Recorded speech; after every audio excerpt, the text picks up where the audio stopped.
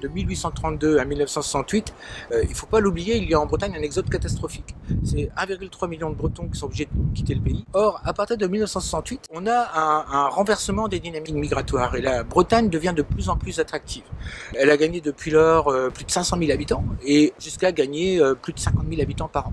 La Bretagne est dynamique et est une des régions les plus attractives aujourd'hui de France. Ces dynamiques n'ont pas été identiques partout, bien entendu. La première opposition clé, c'est l'opposition entre les Bretons des villes et les Bretons des champs.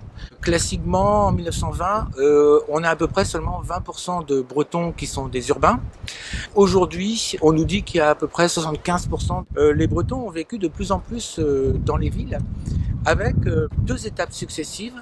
La première, c'est ce qu'on appelle celle du bourrage. À une époque où les gens n'avaient pas d'automobile, ils s'agglutinaient dans les centres-villes. Après, évidemment, avec la diffusion de l'automobile, c'est le phénomène de périurbanisation. Deuxième élément qui est clé, c'est une littoralisation de la population bretonne.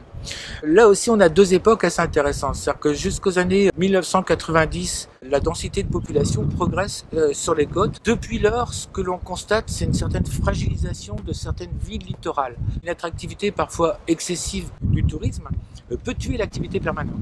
C'est-à-dire que le prix du foncier explose et les résidents sont obligés d'aller en zone périurbaine. Alors, les troisièmes évolutions clés de la Bretagne concernent des évolutions régionales. L'Est de la Bretagne, la Haute-Bretagne, a été plus dynamique que l'Ouest et le Sud a dans l'ensemble été plus dynamique que le Nord. Depuis que la Bretagne est devenue surtout terrienne, avec l'arrivée des chemins de fer dès les années 1860, eh bien, on a un glissement de la population qui a eu tendance à s'opérer vers l'Est.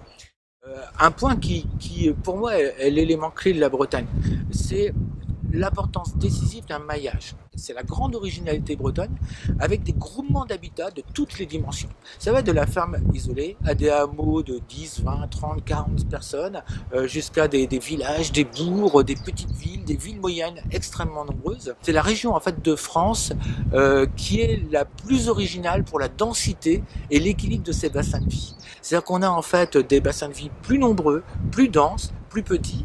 Et la définition d'un bassin de vie, c'est quoi? Eh bien, c'est en fait un territoire qui correspond à l'essentiel de la vie quotidienne des gens et dans lequel on a toutes les aménités du quotidien. Pour se nourrir, pour l'éducation, pour le travail, pour la santé, etc.